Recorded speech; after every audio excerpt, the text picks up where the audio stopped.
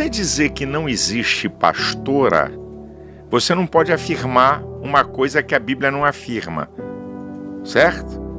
A Bíblia não tem essa afirmação. Então, eu não posso afirmar o que a Bíblia não afirma. Aqui é um princípio mínimo teológico da ciência da interpretação da Bíblia, que é a hermenêutica. E o que fala para os pastores que usam o texto da Bíblia que fala que a mulher não pode ensinar? Que muitos pastores usam isso como argumento. Você não pode, quando diz que as mulheres têm que estar caladas na igreja, uma questão de Paulo, né? Porque naquela igreja, e qual é o outro texto que se repete? Para você fazer um fundamento doutrinário, você tem que ter vários textos, tem que ter uma coisa chamada contexto. Texto sem contexto é pretexto para heresia. Então, eu não posso isolar um texto. Por exemplo, também lá tem dizendo que não é honroso para o homem usar cabelo crescido. Qual é o contexto? Tem outro texto? Não tem. Então, Paulo está falando de algo exclusivo e peculiar daquela igreja. Porque para ser doutrina para a igreja tem que ter contexto. Tem que ter vários textos. O mesmo se aplica ao livro de Levíticos, por exemplo? Aí o Antigo Testamento, você só pode aplicar o Antigo Testamento naquilo que é repetido no Novo. Então você não pode escolher. Estou dizendo, quando você tem as cartas do apóstolo Paulo, ou a Bíblia no Novo Testamento, para você ter algo que você diga assim, isso aqui é para a igreja, você tem que ter vários textos.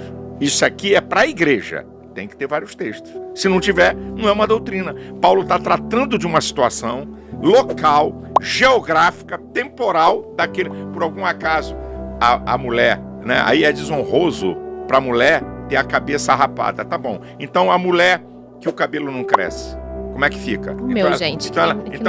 E tem outras que é muito menor do que o seu. Então, e aí? Então elas estão o quê? Desonrando a Deus? O que havia naquela época, naquela cidade, que a mulher andava com a cabeça rapada, que era prostituta? Então, você tem que ver o contexto. Onde Jesus falou sobre isso? Tem mais alguém que falou? Tem mais algum texto? Então a gente não pode fazer uma doutrina a partir de uma palavra. Então você dizer assim, a Bíblia não fala para consagrar pastores, então me diz onde é que está o texto que é contra. Acabou a história aí. Está encerrada a história aqui. Se eu tivesse assim, as mulheres não podem ser ministros do Evangelho. Acabou. Nenhuma mulher pode ser consagrada a nada. Nenhuma mulher. Eu acredito que aí tem a minha inteligência. Ok? Eu acredito que a mulher tem um papel fantástico na igreja. Fundamental na igreja. A mulher tem um papel na igreja. Certo? Ela tem o seu papel na igreja. Ela tem a sua vocação. Ela tem o seu ministério. E que algumas eu não vou reconhecer. Eu conheço, por exemplo, vocês falaram da pastora Antonieta. Então, vamos lá. A pastora Antonieta começou um trabalho na casa dela. Depois, sozinha, comprou um terreno.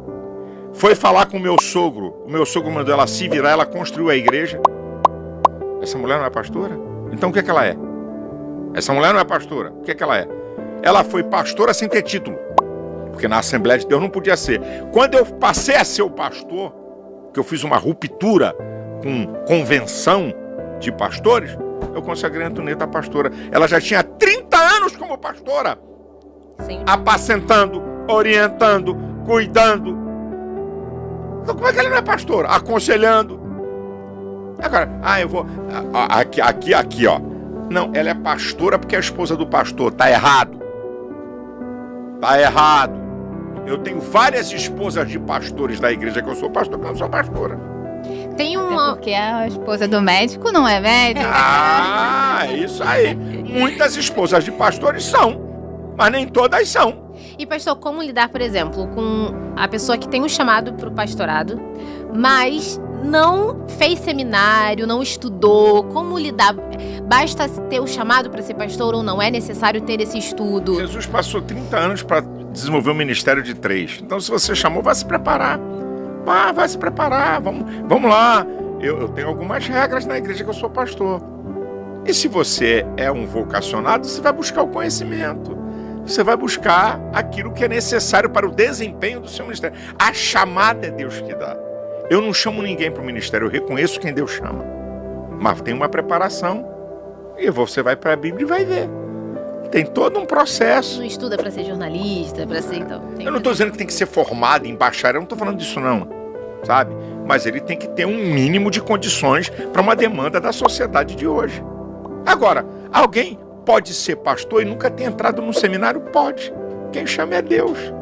Você não pode estabelecer regras onde a Bíblia não tem regra. Tá? A Bíblia diz que o bispo, o pastor, não pode ser neófito. Se não pode ser neófito, ele tem que ter um mínimo de conhecimento. Isso é bíblico. E como é que se adquire conhecimento? Estudando.